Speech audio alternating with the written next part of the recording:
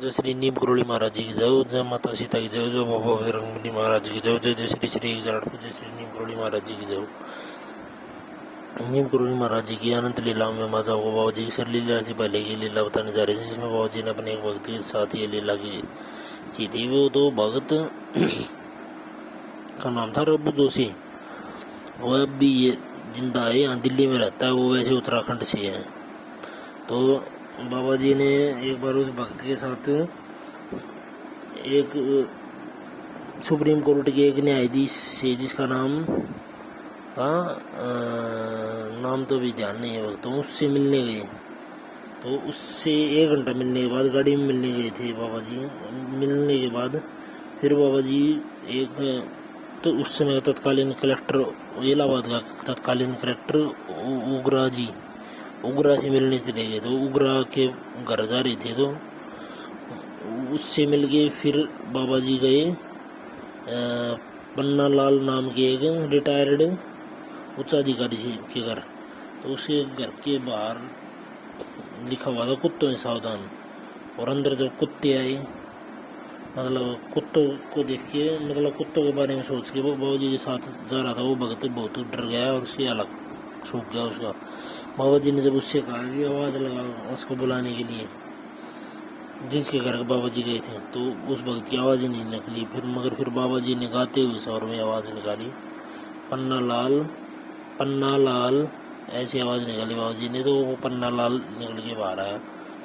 वह रुद्राक्ष की मतलब मोती हुई माला पहने हुए था और ऐसे धोती में, और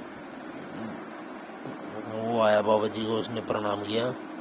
और फिर उससे मिलके फिर बाबा जी बाहर आए। तो बाबा जी ने वो गाड़ी भिजवा दी और बाबा जी रिक्शे में बैठ के चलने लगे। फिर थोड़ी देर में आगे जाके बाबा जी उतर के सड़क के किनारे बैठ गए।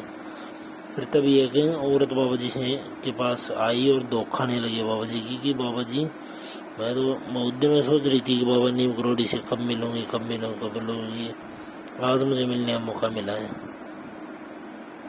और फिर एक और व्यक्ति आया, वो भी बाबा जी के आगे उसने प्रणाम किया बाबा जी को, दंडवत हुआ। और फिर बाबा जी से वो भी मिला। वो मतलब बाबा जी ने, और फिर बाबा जी मतलब वहाँ से दादा के घर से गाड़ी आ गई और गाड़ी में बैठ के और दादा के घर चले गए। तो इतने जनों से बाबा जी मिले, उस वक्त के साथ गए। तब ऐसे बाबा जी ने पहले मतलब रिक्शा रुकवा ली थी, क्योंकि गाड़ी भिजवा के रिक्शा मंगवा ली थी, क्योंकि बाबा जी को पता था कि 2 भक्त और आ रहे हैं मेरे, जिन्हें मुझसे मिलने की बड़ी तीव्र इच्छा है।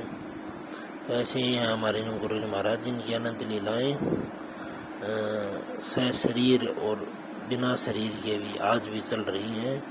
सशरीर का मतलब 1973 में शरीर लीला के बाद भी बाबा आज भी सशरीर ही हैं भक्तों, मगर उनके अलग अलग रूप, अनेकों रूप हैं।